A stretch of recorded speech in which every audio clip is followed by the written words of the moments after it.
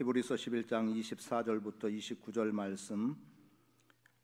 믿음으로 모세는 장성하여 바로의 공주의 아들이라 칭함받기를 거절하고 도리어 하나님의 백성과 함께 고난받기를 잠시 죄악의 낙을 누리는 것보다 더 좋아하고 그리스도를 위하여 받는 수모를 애굽의 모든 보화보다 더 큰 재물로 여겼으니 이는 상 주심을 바라봄이라.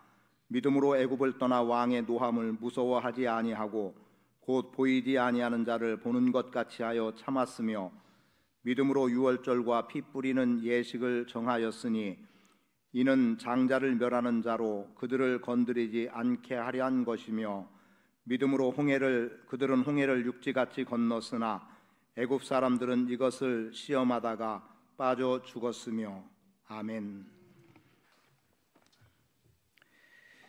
난세에 영웅난다는 말도 있고 또 시대를 잘 타고나야 된다는 말도 우리가 종종 사용을 합니다. 시대가 어지러우면 어지러울수록 그 시대를 새롭게 바꿔나갈 누군가가 필요하다는 의미가 될 수 있겠고, 또 시대를 잘못하고 나서 힘들고 어려운 과정으로만 살아오게 되는 이러한 일들도 있기 때문에 나오는 말이 아닌가 싶기도 합니다. 믿음의 사람 모세를 보면 어느 면에서 보면은 시대를 잘못하고 났지요. 왜냐하면 모세가 출생하게 된 배경의 내용을 보면 모세는 지금 애굽에서 종노릇하고 있는 이스라엘 백성 중에 하나로 태어나게 됐는데, 그런데 그 시점을 보면 이스라엘 백성들에게 있어서 남자아이가 태어나면 모두 다 죽이라고 하는 바로의 명령이 떨어졌기 때문입니다. 그러면 태어나자마자 아니면 어머니 뱃속에서 나오는 그 순간에 이미 목숨줄은 끊어져 버리게 되는 거고, 그래서 이 땅에 빛을 보지 못하고 그냥 사라져 버릴 그러한 존재밖에 되지 않는 겁니다.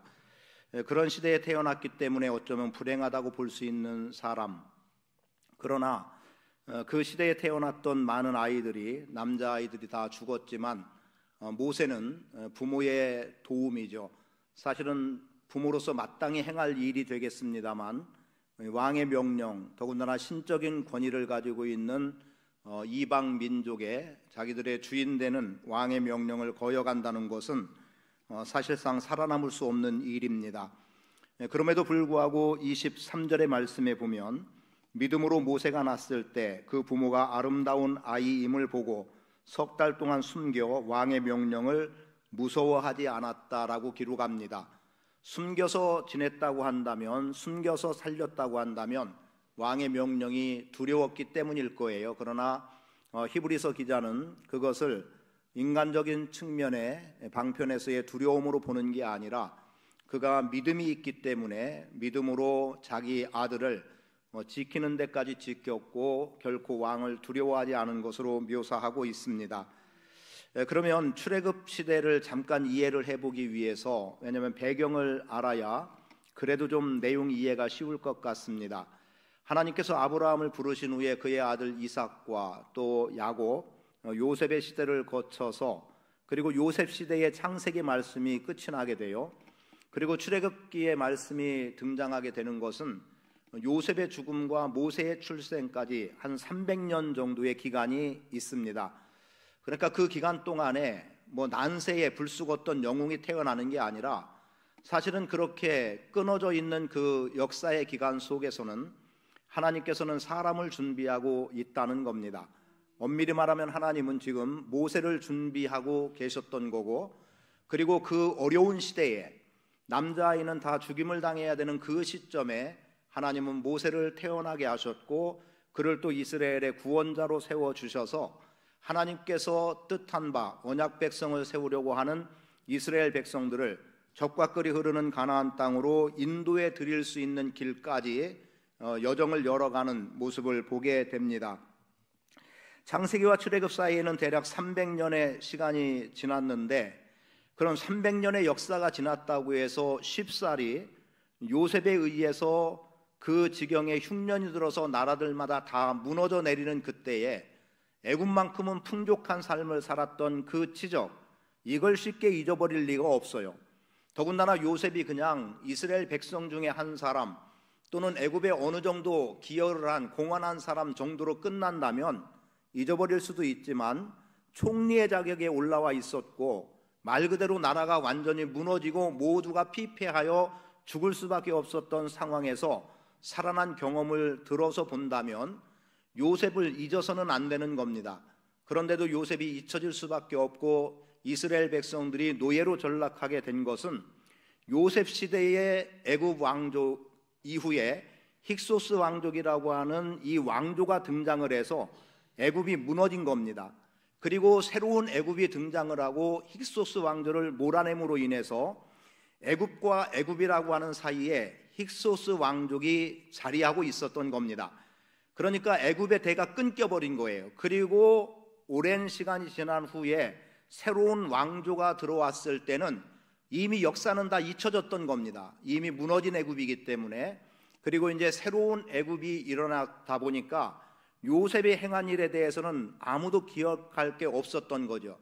그러니까 어느 한순간 애굽 땅에 거주하고 있었던 이스라엘 백성들은 애굽의 노예로 전락해버리고 말았습니다. 그래서 바로 왕의 국고성을 쌓는 일을 비롯해서 도시를 건설하는 일에 이스라엘 백성들은 노역을 감당해야만 했던 거죠.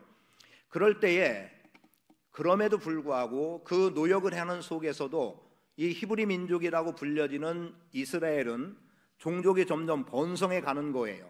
즉 숫자가 많아지게 된 거죠. 그러다 보니까 이제 애굽 사람들이 어떻게 판단을 했냐면 만일 다른 나라가 우리를 공격해 올 때 이 종들이 노예들이 그들과 힘을 합해서 우리를 공격한다면 우리가 저들 손에 넘어갈 수밖에 없다. 그러니 히브리인들의 종족의 번성을 막아야 된다는 겁니다. 그래서 좀 더 중한 짐을 쥐어주고 도무지 피곤에 지쳐서 자식을 생산할 수 없는 지경으로 몰아가려고 하지만 하나님의 은혜는 그들 가운데 함께 있었고 이스라엘은 점점 강성해져 나가는 겁니다. 숫자적으로 번성해 나가고 있다는 거죠. 그리고 그러한 시점이 되니까 이제 바로 왕은 특단의 조치를 취하는데 이제부터는 남자아이가 태어나면 다 나일강에 던져 죽이라는 겁니다. 그럼에도 불구하고 그 가운데 하나님께서는 산파들에게 은혜를 덧입혀 주어서 지금 이스라엘의 아들들이 살아날 수 있는 기회를 제공해 주죠.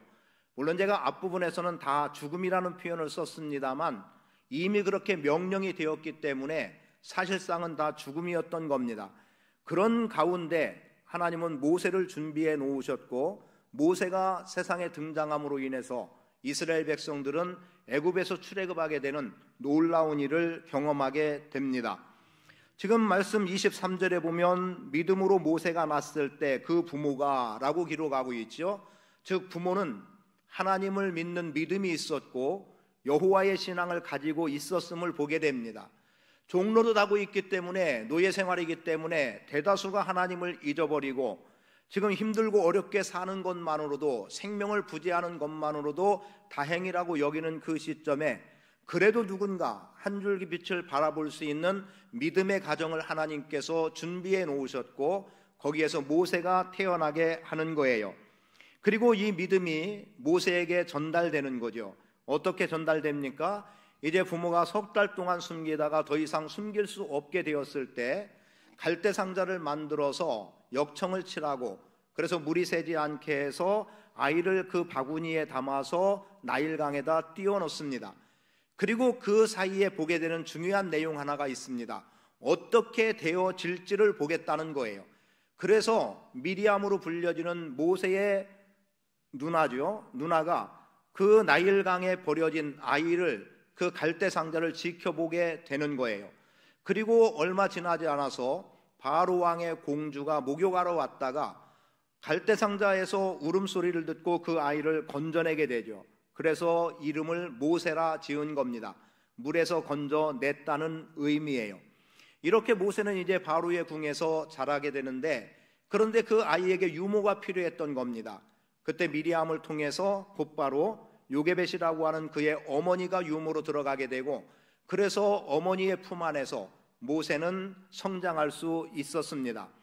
애굽의 문화를 습득하고 그리고 애굽의 학문을 배워나가고 애굽에 관한 모든 것을 다 알아가면서 동시에 이 모세는 어머니로부터 자신이 히브리 사람이라는 것을 알게 됐고 여호와 하나님이 우리의 신이라는 것을 배웠을 것이고, 그리고 그가 여호와의 신앙으로 세워져 나가는 기회를 얻었을 것이라고 보여집니다. 그래서 어느 날 동족에 대한 돌보고자 하는 마음이 있어서 나가 보았더니 어떤 일이 일어나고 있습니까? 지금 애굽의 감독관에 의해서 지금 히브리 민족 이스라엘 사람이 고역을 당하는 속에서 매를 맞는 모습을 보게 되는 거예요. 그때 의분이 일어났던 모세는 결국 애굽의 관리를 죽이게 되고, 그리고 은밀하게 숨겨놓게 됩니다. 그리고 아무도 그 사실을 모를 거라고 생각하고 있는 거예요. 그리고 그 다음날 또 노역의 장소에 가봐왔더니 이제는 히브리 사람 간의 다툼이 일어나는 거죠. 그래서 어찌하여 너희가 같은 동족으로서 다투느냐라고 했을 때 그들이 뭐라고 말합니까?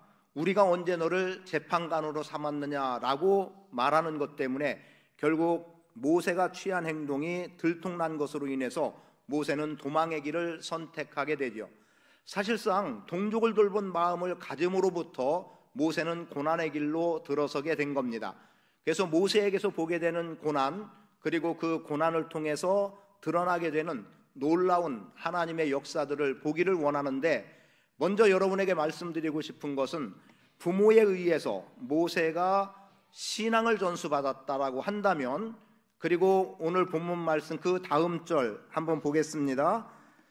30절에 보면 이렇게 기록합니다. 믿음으로 7일 동안 여리고를 도니 성이 무너졌으며 라는 내용. 이것은 어찌 보면 시간이 훌쩍 지나버린 거죠. 즉 출애굽에서 40년 광야 여정의 내용이 담겨져 있지 않은 가운데 어떤 내용이 나옵니까? 이제 여리고성을 정복해 들어가는 내용이 기록이 돼 있어요. 그러면 여리고성이 정복되는 이 과정이 왜 표현이 됐을까 싶은 거죠. 즉 모세는 부모에게 신앙을 전수받았고, 지금 광야 여정 속에서, 출애굽한 이후의 광야 여정 속에서 하나님께 대한 원망의 소리들이 백성에 의해서 많이 드러나고 있음에도 불구하고 지금 모세의 신앙이 백성들에게 스며들어가고 있는 겁니다. 그리고 오직 주 여호와 하나님만을 섬기라고 하는 말씀을 통해서 백성들이 비록 원망의 소리를 높이고 자신들의 뜻대로 되지 않을 때 불평과 불만을 털어놓고 있지만, 그럼에도 이들은 여전히 하나님과 언약으로 맺어진 언약 백성의 위치를 차지하고 있는 거예요. 그래서 모세를 통해서 이들이 이제 어떻게 가나안 땅에 들어가야 될지를 계명의 말씀을 통해서 다 받게 되고요, 이런저런 모양들이 결국은 모세의 신앙이 자기 백성들에게 영향을 미쳤다는 거죠. 그래서 여러분들에게 말씀드리고 싶은 것은, 여러분들 믿음으로 삶을 살아갈 때 부모 세대는 자녀 세대에게 반드시 믿음을 전수할 수 있게 되기를 바랍니다. 그리고 더 나아가서 여러분 주변의 사람들에게 복음의 말씀을 증거함으로 인해서 많은 사람들이 주님께로 돌아오게 하는 하나님 나라를 확장하는 일에 여러분들이 헌신함으로 설 수 있기를 축복합니다. 우리가 달란트 비유를 통해서도 보았습니다만, 달란트 비유에서 목적이 뭐냐는 거예요. 충성의 목적. 자, 주인이 5달란트, 또 2달란트, 1달란트를 맡겼습니다. 그 맡겼을 때의 그 달란트가 뭐냐는 거죠. 그리고 최종적으로 다시 돌아온 주인이 어떻게 합니까? 종들을 불러다가 결산할 때 그들은 달란트를 내놓았어요. 다른 어떤 거 내놓은 게 아니에요. 달란트를 받았고 달란트를 내놓았다는 면에서 볼 때 실제로 승천하시는 주님께서 우리에게 영혼 구원을 맡겨놓은 것 아닙니까? 천하만민에게 복음을 전하라고 말씀했고 땅끝까지 이르러 내 증인이 되라고 말씀해 주었던 거예요. 그리고 그 영혼 구원의 문제를 지금 나와 결산하자는 겁니다. 5달란트 받은 사람이 5달란트를 남긴 것은 5명의 영혼을 일로 볼 때, 1달란트를 1이라는 숫자로 볼 때 5명의 영혼을 구해내라고, 구원하라고 허락해 준 거예요. 2달란트 받은 사람 2영혼을 구원하라고 주신 거예요. 물론 그 이상도 얼마든지 가능한 것은 누가복음 19장을 통해서 문화의 비유 속에 나타납니다만, 분명한 것은 1달란트 받은 사람은 1영혼을 남겨야 되는 거였습니다. 그런데 1달란트 받은 사람은 자신의 영혼만 구원받은 존재로 서 있고, 주님께서 맡겨주신 너를 통해서 구원의 일을 이루고 1영혼을 주님께로 돌아오게 하라고 한 그 일을 감당하지 못함으로 인해서 그는 가진 것마저도 빼앗겼다는 표현이 나오게 됐던 거지요. 그래서 오늘 여러분들에게 말씀드리는 바는, 여러분은 예외 없이 누구라도 한 달란트는 누구나 다 받았다는 사실입니다. 누구나 다 한 달란트는 받았다. 그래서 내 구원과 함께 나는 누군가 한 영혼을 구원해내는 일을 감당해 나가야 된다는 것을 먼저 말씀을 드리고, 그와 더불어 동시에 오늘 우리의 주변의 사람들이 더 많이 주님께로 돌아오도록, 그래서 어떤 사람은 10문화를 남기고, 어떤 사람은 5문화를 남기고, 어떤 사람은 2문화를 남기고, 한 문화를 가지고 얼마든지 10, 100 만들어 나갈 수 있고 더 많은 것들을 누릴 수 있는 은혜도 허락해 주었음을 기억하기를 바랍니다. 아울러 자녀 세대는 부모를 통해서 신앙을 전수받기를 힘쓰십시오.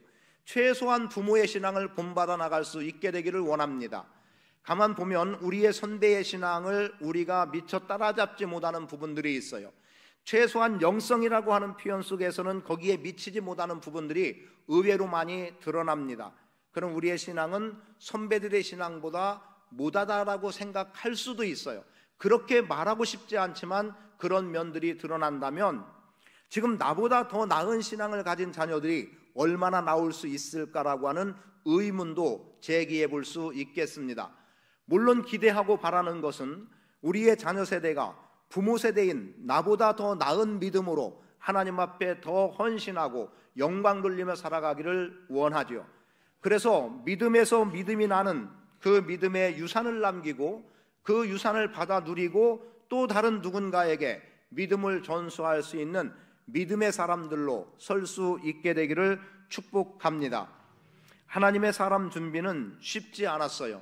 300년 정도의 그 기간이 지난 이후에 비로소 하나님은 모세를 세워두셨고, 사사시대에도 400여 년 동안 매번 돌고 도는 악습이었죠. 하나님 앞에 악을 행하고 하나님은 그들을 징계하고, 징계 속에서 백성들이 고통해할 때에 하나님께서는 사사를 세워서 그 위기를 모면하게 합니다. 그러나 사무엘이 등장하기까지는 400여 년의 시간이 걸리게 됐던 겁니다. 또 익히 알고 있습니다만 신구약 사이에도 얼마의 기간이 지났다고 그러죠? 400여 년의 공백기가 있습니다. 말라기 이후에 마태복음까지의 기간이 400여 년의 공백기가 있어서 여기에 대해서 성경은 그 어떤 말씀도 하고 있지 않지만 하나님께서는 침례 요한을 준비해 놓으시고 그리고 궁극적으로 예수 그리스도를 준비해 놓으심으로 인해서 인류의 구원의 역사를 이루어 나가셨던 겁니다. 그래서 난세에 영웅 난다고 하지만 그 영웅이 어느 날 불쑥 떨어지는 영웅이 아니라 지금 우리가 믿음의 관점으로 본다면 하나님께서 준비해 놓으신 한 사람, 여러분이 그러한 한 사람의 자리에 믿음을 지켜나가는 복 있는 삶을 살 수 있기를 축복합니다. 특히 믿음의 사람은 어느 한순간 불쑥 생겨지는 게 아닙니다. 물론 우리가 보편적으로야 다 예수 믿고 구원받았다라고 믿음의 길을 걸어가지만 모세와 같은 또는 사무엘과 같은 또는 다윗과 같은 아니면 사도 바울과 같은 이러한 인물들이 등장하는 것은 우연히 되어지는 것도 아니고 쉽게 만들어지는 것이 아니라는 거지요. 하나님은 끊임없는 믿음의 사람을 준비하시고 또 시대의 흐름을 바꿀 수 있는 사람들을 만들어 놓기도 하시고, 그리고 하나님의 뜻을 이루어 나가는 일에는 중단 없이 하나님은 계획하고 계시고 일하고 계시는 거예요. 우리가 볼 때 멈춰진 것 같고 우리가 볼 때 끝난 것 같지만 하나님은 지금도 여전히 탁월한 믿음의 사람, 믿음의 장부를 길러내고 있다는 사실을 기억하기를 바랍니다. 그리고 그 자리에 여러분이 설 수 있기를 바라고, 그래서 무수한 믿음의 사람들 중에서 하나님께서 그 중에 선택해서 시대를 움직여 나가는 하나님의 사람, 믿음의 사람으로 세워주시는 역사를 경험하기를 원합니다. 디모데를 보더라도 마찬가지예요. 디모데후서 1장에 보면 디모데에 대한 배경적인 내용을 이렇게 기록합니다. 디모데는 착한 양심을 가진 사람으로 일컬어지고 그리고 또 거짓 없는 믿음의 사람으로 표현되고 있습니다. 디모데에게 있어서 착한 양심과 거짓 없는 믿음은 어디로부터 나왔다고 말합니까? 너의 외조모 로이스와 너의 어머니 유니게 속에도 그 믿음과 그 양심이 있었다라고 성경은 기록합니다. 이미 할머니에게 있었던 믿음과 선한 양심, 그리고 그의 어머니에게 전수된 믿음과 선한 양심, 거짓 없는 믿음과 선한 양심이죠. 그게 그대로 디모데에게 나타나게 되는 거예요. 저는 여러분들의 가정마다 여러분의 신앙을 그대로 본받고 여러분보다 더 탁월한 신앙의 사람으로 누군가가 여러분의 신앙을 이어나갈 수 있기를 축복합니다. 그래서 믿음으로 믿음이 생겨나는, 믿음에서 나는 믿음 있는 자가 나올 때 비로소 하나님의 뜻을 성취해 나갈 수 있고, 교회는 끊임없이 주님의 몸된 교회로서 건강하게 성장해 나갈 수 있다고 믿습니다.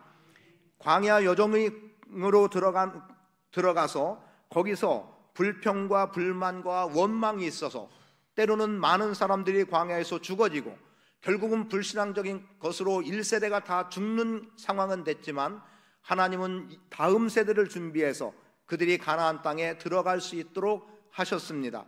그리고 그들이 배운 것은, 그 광야는 교회라고 말하고 있습니다. 그 교회 생활 속에서 천국에 들어갈 수 있는 모든 비밀한 것들을 경험하게 하시고 배워나가게 하시고, 그리고 마침내 가나안 땅에 들어가게 하시는 첫 걸음을 30절에 믿음으로 7일 동안 여리고를 도니 성이 무너졌다는 속에서 믿음의 전수는 성을 무너뜨리는 능력이 있음을 말해주고 있습니다. 저는 그러한 믿음에서 믿음이 나는 복된 삶을 살아가는, 그래서 생명의 대를 이음과 함께 신앙의 대를 끊임없이 이어나가는 복 있는 성도의 삶을 사시기를 축복합니다.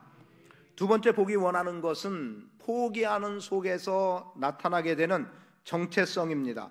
자, 모세 어떻습니까? 어려서 어머니로부터 너는 히브리 사람이라는 것을, 너는 하나님의 백성이라는 것을, 여호와만이 참된 신이라는 것을 은연중에 배웠겠지요.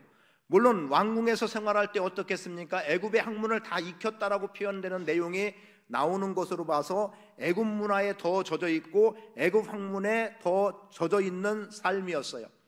그러면 추측컨대 모세는 자라면서 여러 모양으로 갈등을 겪었을 겁니다. 나에게 젖을 먹이면서 나에게 말씀해주는 어머니의 소리는 내가 히브리 사람이라는데, 정작 나는 어디에서 살고 있어요? 바로의 왕궁에서 살고 있어요. 그런데 소위 내 동족이라고 불려지는 저들은 전부 다 고난과 역경 속에서 노예로 전락한 삶을 살아가고 있는데, 나는 지금 이 왕궁에서 안일한 삶을 살아가고 있다. 아마도 추측컨대 많은 갈등이 그에게 있었을 겁니다. 그리고 그 갈등이 계속해서 점점 눈덩이처럼 불어나는 어느 시점에 그의 갈등의 정점을 찍던 하나는, 너는 히브리 사람이라고 하는 여호와의 신앙이 분명하게 들어간 것이 애굽의 학문과 문화를 이겨버린 거예요. 그걸 뛰어넘은 거예요. 그래서 그에게 동족을 돌볼 마음이 생기게 된 거죠. 그리고 현장에 나갔다가 그는 살인자라고 하는 누명 아닌 누명을 쓰게 되죠. 사실은 살인자가 맞죠. 그래서 그는 도망의 길을 선택해 나갔던 겁니다. 동족을 돌아볼 마음이 없었다고 한다면 모세는 고난의 길을 걸을 아무런 이유가 없습니다. 왜냐하면 애굽 왕궁에서 살았던 그였기 때문에, 그가 바로의 공주의 주위에서만 삶을 살아간다면 그에게는 부도 보장돼 있고 나름의 권력도 보장돼 있고, 그는 조금도 불편함 없는, 소위 말해서 부귀영화와 권세를 누리는 삶을 살 수 있었던 거예요. 그런데 모세는 그 바로의 공주의 아들됨을 포기해버리고 맙니다. 24절, 믿음으로 모세는 장성하여 바로의 공주의 아들이라 칭함받기를 거절하고. 여러분, 이게 쉬운 일이겠습니까? 내 삶의 배경, 앞으로 내가 어떻게 살 수 있는 보장됨이라고 하는 것을 버린다는 것, 포기한다는 것 쉽지 않은 일입니다. 그럼에도 모세는 바로의 공주의 아들됨을 포기하는 거예요. 그 포기와 더불어 주어지는 것은 나는 하나님의 백성이다. 더 이상 그 어떤 것도 하나님의 백성이라고 하는 이 자리에서 나를 흔들어 놓을 수 없는 견고함, 그의 정체성이 확고하게 발견되어지고 정립되는 계기를 가져오게 된 겁니다. 지금 현재의 삶은, 현재의 주인은, 현재의 신분은 앞으로를 충분히 보장해 주는 거예요. 앞으로 그의 삶은 더더욱 승승장구할 수 있는 삶이 되는 겁니다. 그러나 모세는 그 바로의 공주의 아들이라 칭함받는 것을 포기해버리고 말죠. 그리고 거기에 더하여 이렇게 기록합니다. 25절, 도리어 하나님의 백성과 함께 고난받기를 잠시 죄악의 낙을 누리는 것보다 더 좋아하고, 뭘 말합니까? 하나님의 백성과 함께 고난받겠다는 거예요. 지금 왕궁 창밖으로 보여지는 내 백성 히브리인들, 이스라엘 백성들의 고역의 소리, 그들의 처참한 모습들 다 눈에 들어오기 시작한 겁니다. 그전에는 보아도 본듯 만듯이에요. 왜냐하면 그들은 말 그대로 노예일 뿐이에요. 내 명령에 따라서 움직이게 될 수 있는 존재일 뿐이고, 내가 얼마든지 짓밟아도 될 그러한 존재일 뿐이었습니다. 그러나 그의 마음속에 동족에 돌아올 마음이 생겨지는, 나는 하나님의 백성이다, 히브리 민족이라고 하는 그 정체성이 확고하게 생겨진 그때부터 고통하고 있는 내 백성이 보이는 겁니다. 모세가 바라볼 때 내 백성이라고 일컬어지는 그 백성은 하나님의 백성이에요. 하나님은 이스라엘에 대해서 말씀합니다. 내 백성 이스라엘아. 그리고 불러내 주시는 거예요. 지금 모세가 그 자리에 서 있는 겁니다. 그런데 모세는 지금 자기가 왕궁에서 이대로 안일한 삶을 살아간다면, 내 백성에 대해 돌볼 마음이 없게 된다면, 자기는 죄악의 삶을 사는 것, 죄악의 낙을 누리는 것이라고 그는 여겼던 거죠. 그래서 하나님의 백성과 함께 고난받기를 잠시 죄악의 낙을 누리는 것보다 더 좋아했다고 말하고 있습니다. 그런데 여기까지면 누구에게라도 이 정도는 이라고 말할 수 있겠지만, 히브리서 기자는 아브라함에게 부활신앙의 모습을 그려놓은 것처럼 모세를 통해서 또 하나의 새로운 그림을 이렇게 그려줬습니다. 26절, 그리스도를 위하여 받는 수모를 애굽의 모든 보화보다 더 큰 재물로 여겼으니 이는 상 주심을 바라봄이라. 그리스도를 위하여라고 말하고 있습니다. 아니, 지금 시점이 어느 시점인데 그리스도가 나오고 있습니까? 그럼 왜 이런 표현이 나왔을까요? 예수 그리스도의 사역과 모세의 사역의 일치를 보는 겁니다. 즉 모세가 바로 공주의 아들됨을 포기하고 그의 정체성을 찾고 하나님의 백성들과 함께 하겠다는 것은 그들에 대한 사랑이고, 그 이후에 되어지는 일이지만 출애굽의 과정들을 거치게 되는 거예요. 아직까지 모세는 그것을 모르죠. 왜냐하면 이미 도망한 이후에 미디안 광야에서 하나님의 부름을 받기 때문에 사실상 지금 이 시점으로부터 40년 후에나 되어질 일이지만, 지금 백성과 함께 하겠다는 이 결단은 그리스도께서 십자가를 지시는 결단과 동일한 의미로 바라보고 있었던 겁니다. 그리고 모세를 통해서 어떻게 하고 있어요? 이스라엘 백성들을 출애굽시키죠. 죄로부터 자유케 하는 것과 동일한 의미 속에서 지금 애굽의 노예에서 해방됨을 말해주고 있습니다. 그리고 홍해를 건넜다는 것은 구원이에요. 여러분, 죄로부터의 해방과 구원이라고 하는 놀라운 은혜로 나가는 것, 지금 모세를 통해서 성취해 나가는 하나님의 일이었습니다. 그리고 예수 그리스도를 통해서 우리가 죄 가운데 있던 우리, 죄로 인해서 사망이 선언된 우리들이 죄로부터 자유함을 얻는 데로 나간 것, 예수 그리스도의 십자가의 은혜입니다. 그리고 오늘 우리가 구원받아서 하나님의 백성이 된 것, 역시 예수 그리스도의 십자가의 죽으심과 부활이라고 하는 놀라운 은혜 속에서 우리가 경험하는 것 아닙니까? 그래서 모세를 통해서 애굽에서 해방하고 홍해를 건너 구원에 이르는 이 부분이, 예수님이 우리를 위해서 십자가에 못 박혀 죽으시고 부활하셔서 우리 안에 영생을 주신 것과 같은 맥락에서 히브리 기자는 보고 있기 때문에 그리스도를 위하여 받는 수모를 모세가 선택했다고 말씀하고 있는 겁니다. 저는 여러분들의 삶 속에서 안일하게 살아갈 수 있는, 하나님의 뜻과는 거리가 있고 하나님 나라와는 거리가 먼 이 세상의 안일함보다 하나님의 백성을 선택하고 주님의 몸된 교회를 선택하고 하나님 나라의 확장을 위해서 받게 되는 고난을 선택해 나갈 수 있기를 축복합니다. 그리고 거기에 대한 답은 분명히 로마서 8장 18절에서 기록하고 있습니다. 생각하건대 현재의 고난은 장차올 영광에 좋게 비교할 수 없다라는 겁니다. 여러분이 고난의 길을 선택한다면, 하나님 나라를 위해서 고난을 기꺼이 감수한다면, 하나님 나라를 위해서 내 가진 것을 포기한다면, 하나님께서는 장차 올 영광스러움을 여러분들에게 보장해 주시는 거예요. 26절은 이는 상 주심을 바라봄이라 말씀한 것과 같은 의미가 됩니다. 여러분들과 가치라는 표현을 나눌 때 제가 썼던 가치의 내용은 이런 거였습니다. 내가 무엇에 가치를 두고 있는가를 점검하는데 유용하게 잣대가 될 수 있는 것은 내가 무엇에 가장 많은 생각을 하고 있고 어떤 일에 가장 많이 시간을 보내고 있고 어떤 것에 내 소유를 가장 많이 들이고 있느냐가 우리의 가치입니다. 물론 우리는 일주일이라고 하는 여정 속에서 낮 시간에 일을 해야만 되는 거기 때문에 직장에서 보내는 시간이 더 많은 것 분명하죠. 그런 의미로 말하는 게 아니에요. 내가 정말 추구해 나가는 것, 돈 때문에 내가 이렇게 지금 살아가고 있는가? 내가 명예에다가 모든 초점을 맞추고 내가 살아가고 있는가? 권력 하나 붙잡겠다고 내가 이렇게 치닫고 있는가? 이런 정도로 본다면 물론 여기 여러분들이 아마도 권력이나 명예는 그렇게 크게 작용하지 않을 것 같아요. 대개의 사람들은. 다만 돈이라고 하는 문제가 가장 크게 대두될 것 같은데 오로지 돈, 내가 어떻게 하면 돈을 많이 벌 수 있을까? 그리고 어떻게 하면 돈을 더 많이 모을 수 있을까? 그래서 거기에다만 온 힘을 기울인다고 하면 내 가치는 돈에 있는 겁니다. 그럼 여러분의 삶 속에서 내가 주님을 위해서 무엇을 할 것인가?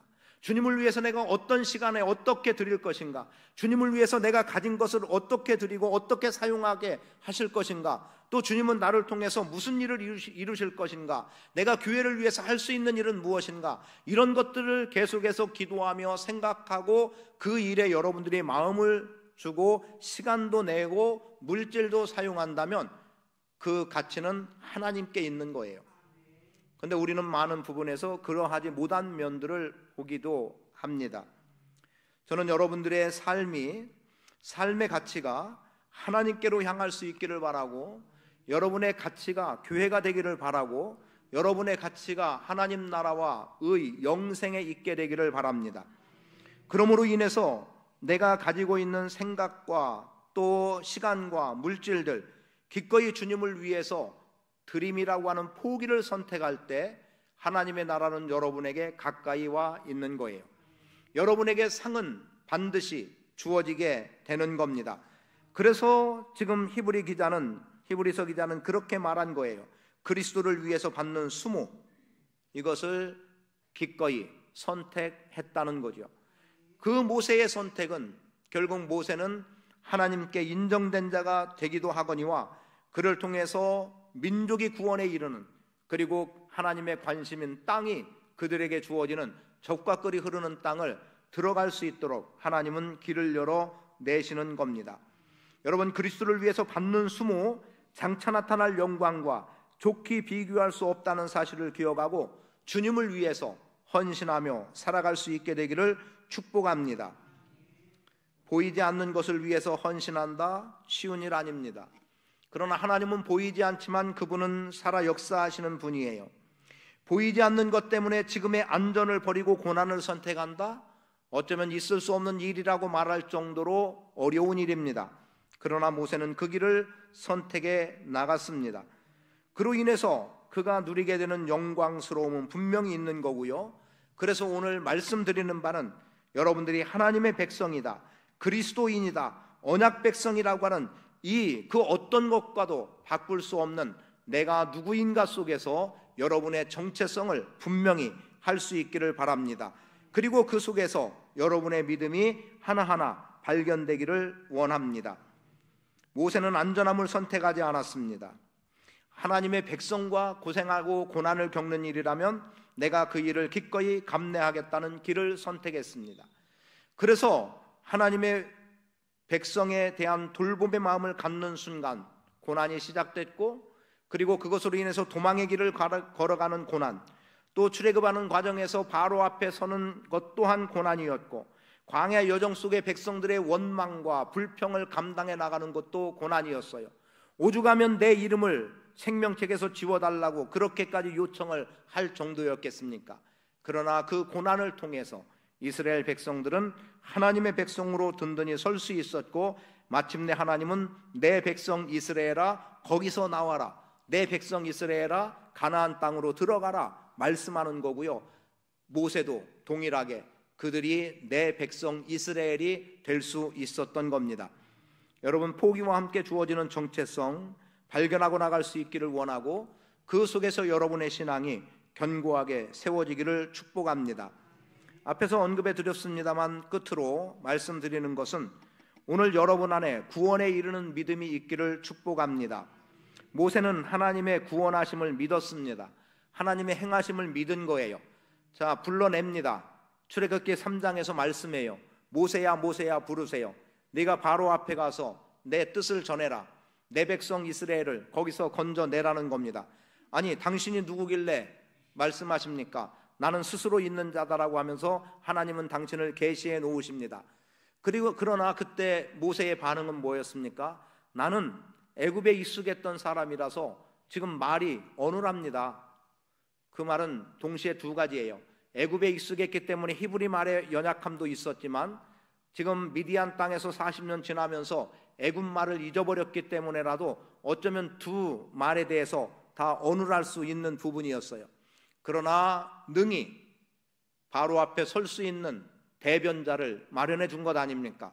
그의 형 아론을 통해서 내 입을 통해서 나가는 말이 바로의 귀에 들려지게 하겠다는 겁니다. 하나님의 말씀이 지금 아론을 통해서 바로의 귀에 들려질 수 있도록 하나님은 이 일을 만들어 가시는 거예요. 그리고 모세는 순종함으로 그 뜻을 이루어 나가게 됩니다. 10가지 재앙을 통해서 나타내 보여주는 일들이죠. 그리고 마침내 유월절 어린 양의 피를 문설주에 바름으로 인해서 죽음의 사자가 지나가게 됐고, 그리고 이스라엘 백성들은 홍해를 건너는 구원이라고 하는 놀라운 은혜를 경험하게 됐던 겁니다. 바로의 장자는 다 죽임을 당했습니다. 바로의 초태생은 다 죽임을 당했습니다. 그러나 양을 잡아서 그 피를 문설주에 발랐던 이스라엘 백성들은 처음 난 것, 나중에 난 것 할 것 없이 그 어느 하나 생명의 상함을 입지 않았다는 거죠. 그리고 이스라엘 백성들은 믿음으로 마른 땅처럼 홍해를 건넜습니다. 그것으로 인해서 지금 이스라엘 백성들은 죄로부터의 자유함과 그리고 구원이라고 하는 은혜를 그 시점에 이미 다 경험을 한 거예요.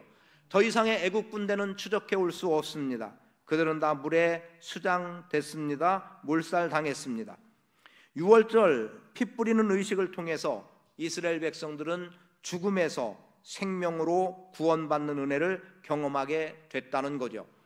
여러분, 여러분의 믿음에 빠질 수 없는 것, 예수 그리스도의 십자가의 죽으심과 부활을 통한 구원, 절대 흔들림 없이 견고하게 지켜나갈 수 있기를 축복합니다.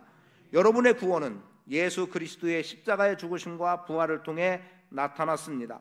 모세가 그리스도를 위하여 받는 수모를 애굽의 모든 보화보다 더 큰 재물로 여겼다, 더 큰 가치로 여겼다라고 말씀하고 있는 것처럼 여러분의 삶 속에서도 구원이 가장 큰 가치로 자리할 수 있게 되기를 바라고, 구원의 일이라면 내 소유 그렇게 중요한 것 아니고 내가 누릴 수 있는 이 땅에서의 영광스러움 기꺼이 포기할 수 있는 것이 될 수 있기를 축복합니다. 그래서 여러분을 통해서 여러분 자신의 구원과 함께 무수한 영혼들이 구원에 이르게 되는 놀라운 은혜를 경험하고 생명이 보존되는 구원 역사를 끊임없이 이루어 나가는 믿음의 삶을 살아가는, 그래서 모세에게 주어진 그 믿음의 사람이라 불리는 믿음이 여러분에게도 동일하게 주어질 수 있기를 축복합니다.